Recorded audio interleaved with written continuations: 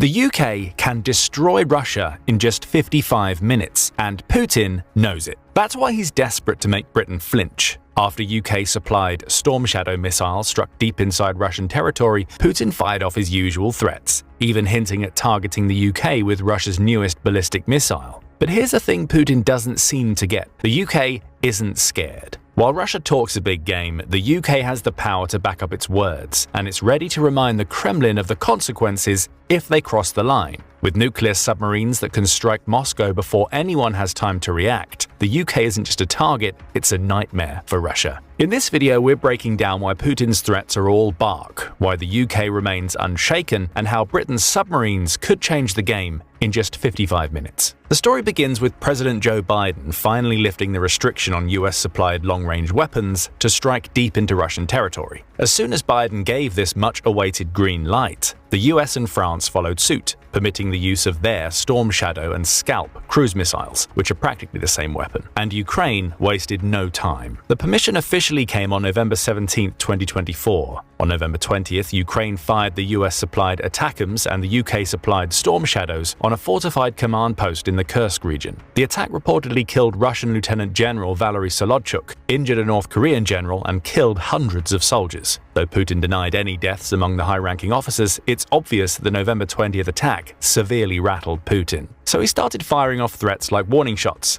In a televised address reserved for moments Putin deems critical, he issued a stern warning to the US and UK, accusing them of escalating the war in Ukraine. The message was simple: supply weapons used against Russia, and Russia will retaliate resolutely in a mirror way. He even floated the idea of targeting military facilities in these countries, a dangerous escalation designed to rattle Western resolve. During the same address, Putin boasted about testing a new missile, the Oreshnik, claiming that it's fast enough to evade any air defenses. Reportedly traveling at 10 times the speed of sound, the missile instantly became yet another tool in his arsenal of intimidation. Though the Oreshnik wasn't equipped with nuclear warheads when fired, Putin said that this weapon was comparable in strength to a nuclear strike, provided enough missiles were aimed at a target. But wait a second, Putin said that Russia would respond in a mirror way from now on, and as things stand, the UK wouldn't ever fire a nuclear weapon first. After all, the UK has historically showcased a commitment to a philosophy of deterrence, not aggression. So why are we even talking about a nuclear response from the UK? The answer lies in Russia's updated nuclear doctrine, which was unveiled only a day after the green light on long-range missile strikes into Russia. And as you'll soon see, the timing is no accident.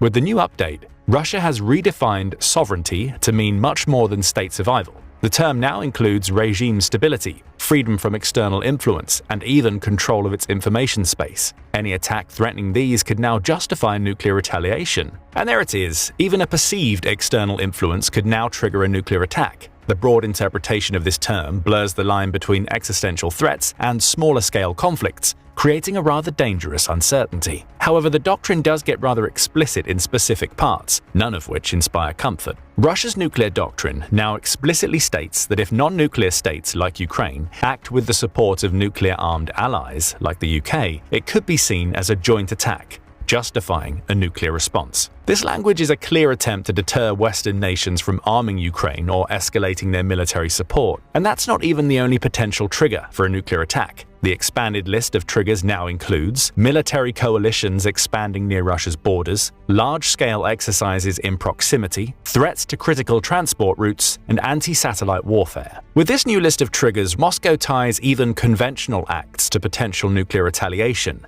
injecting risk into every single confrontation. Ambiguity is Russia's weapon here. The doctrine doesn't spell out clear red lines, thus ensuring potential adversaries fear any miscalculation. It's about sowing division in NATO and keeping the West hesitant while shielding Putin's regime from external and internal threats. But do you know what else is rather ambiguous? The UK's nuclear deterrence strategy. While Russia wields uncertainty as a tool for destabilization, the UK embraces it to maintain peace and deter aggression. The UK's approach to deterrence deliberately leaves the when, how, and on what scale of its nuclear response undefined. This calculated vagueness is designed to keep adversaries guessing and complicate their decision-making. It's a subtle but effective way of ensuring the deterrent remains credible without being overly provocative. However, Professor Michael Clarke of the King's College London, the former Director General of the Royal United Services Institute, decided to break the UK's usual silence. In a YouTube interview, Clarke laid it all out.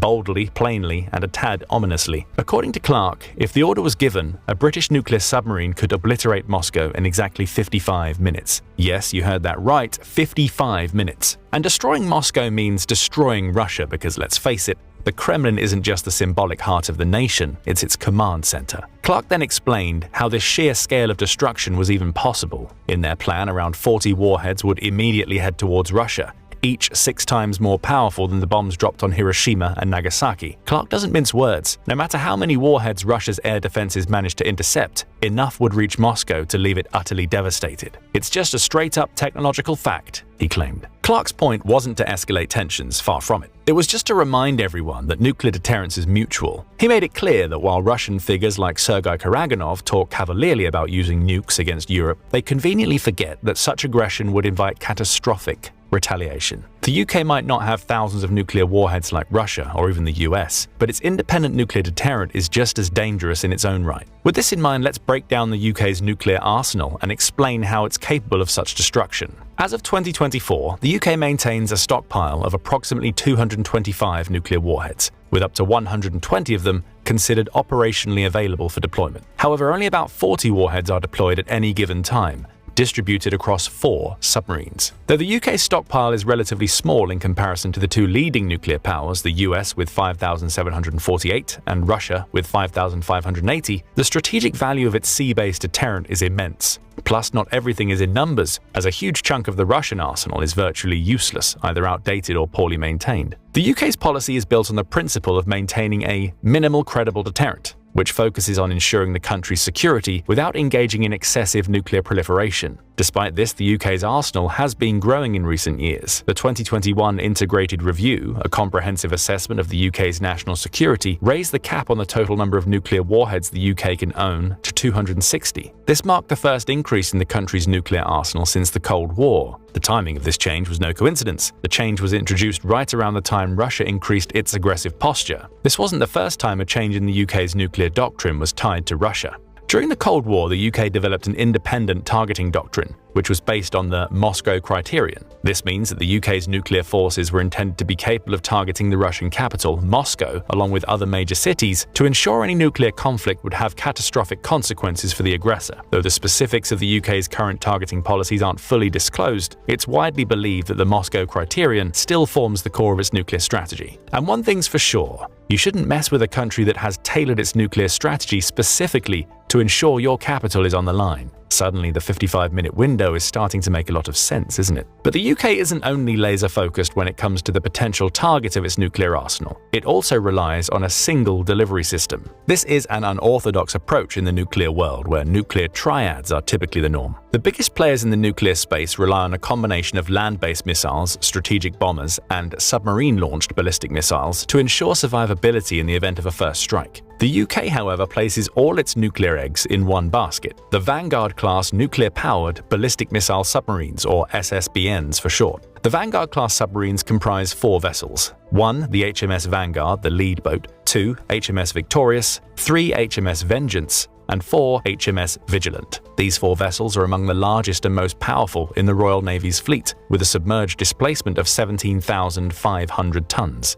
This impressive displacement makes them twice the size of their predecessors, the Resolution-class submarines. Each Vanguard-class SSBN is approximately 490 feet in length, which allows for the accommodation of up to 16 Trident II D5 missiles. These missiles, the backbone of the nuclear deterrent, are capable of reaching targets up to 4,600 miles away, providing the UK with a truly global reach. For context, all 4 submarines are based at the HM Naval Base Clyde, which is some 25 miles west of Glasgow, Scotland, and some 2,300 miles from Moscow. With this distance and the stealth of these submarines, they can practically sneak up on Moscow without anyone noticing. Pair the stealth with remarkable endurance, and you've got a never-ending threat to Russia. You see, the Vanguard-class SSBNs are powered by pressurized water reactors, which allow them to circumnavigate the globe without refueling. They have the ability to remain submerged for months on end, with their only limitation being the amount of food and provisions aboard. Their propulsion system gives them a maximum submerged speed of 25 knots, allowing them to evade detection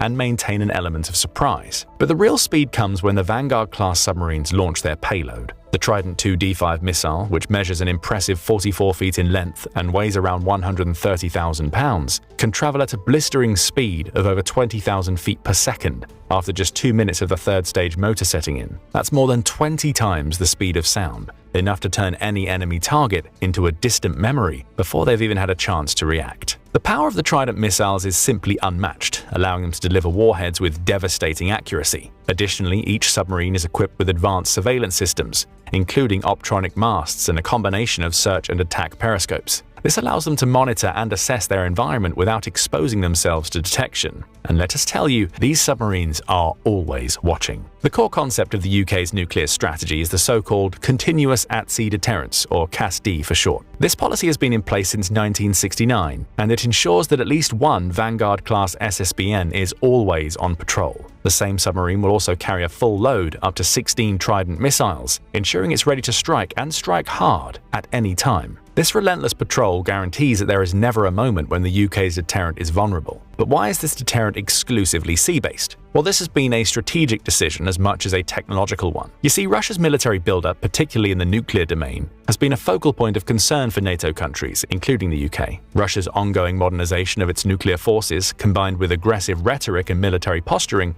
particularly in the context of the Ukraine conflict, has reignited fears of nuclear escalation. But if Moscow were to strike, it would strike land-based capacities. The ability of the Vanguard-class submarines to remain hidden and undetectable ensures that even in the worst-case scenario, the UK will retain the capacity to retaliate decisively against any Russian threat. In other words, sea-based deterrence is designed to ensure that the UK maintains a credible and effective response to Russian aggression under any circumstances. In response to nuclear advancements, the UK is committed to modernizing its own arsenal, including upgrades to the Trident II D5 missiles and warheads. The UK's warheads are closely tied to US technology and infrastructure. However, the UK has always maintained that it retains full sovereignty over its nuclear forces, with the final say in their use remaining firmly in British hands. However, this doesn't mean that the UK would act alone in the case of a nuclear escalation. While the UK retains the ultimate authority over its weapons, British nuclear targets are coordinated with NATO's broader nuclear strategy, as part of the American Single Integrated Operation Plan, or SEOP. This means that in a general conflict, the UK's nuclear arsenal will be deployed in line with NATO's needs and objectives, which could extend beyond targeting Russia alone.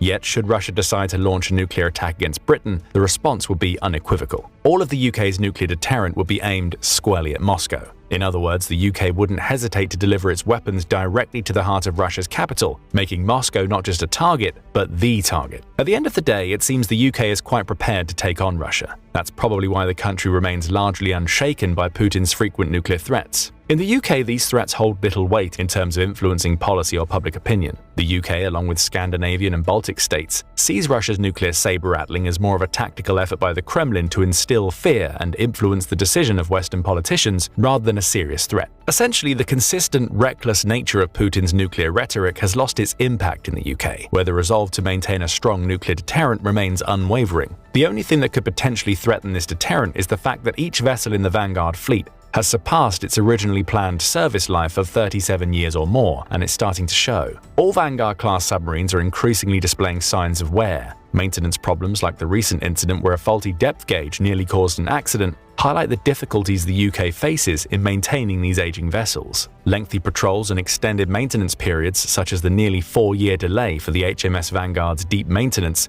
further strain the fleet's operational capacity. That's why the UK is already planning for the next generation of SSBNs, the Dreadnought class. These new submarines, slated to enter service in the early 2030s, will carry the UK's nuclear deterrent well into the 2060s. With a new pressurized water reactor designed by Rolls-Royce, the Dreadnought-class submarines will be more powerful, efficient, and capable than their predecessors, ensuring that the UK remains at the cutting edge of nuclear deterrence technology. Despite a reduced missile capacity, each Dreadnought-class submarine will only carry 12 Trident II D5 missiles compared to the 16 on the Vanguard class. These new submarines will offer a more modern, efficient, and reliable platform, incorporating the latest technological advancements such as the quad-pack missile compartments. These compartments were jointly developed with the US Navy, and they will also be present in the Columbia-class SSBNs, designed to replace the Ohio class in the US. However, the transition to the Dreadnought class comes with its own set of challenges. The biggest is that these submarines aren't expected to enter service until the 2030s. If there are any delays, the Vanguard submarines may have to serve well beyond their anticipated lifespans. This could present challenges in terms of readiness and maintenance, and put added added pressure on the UK to sustain its nuclear deterrent capabilities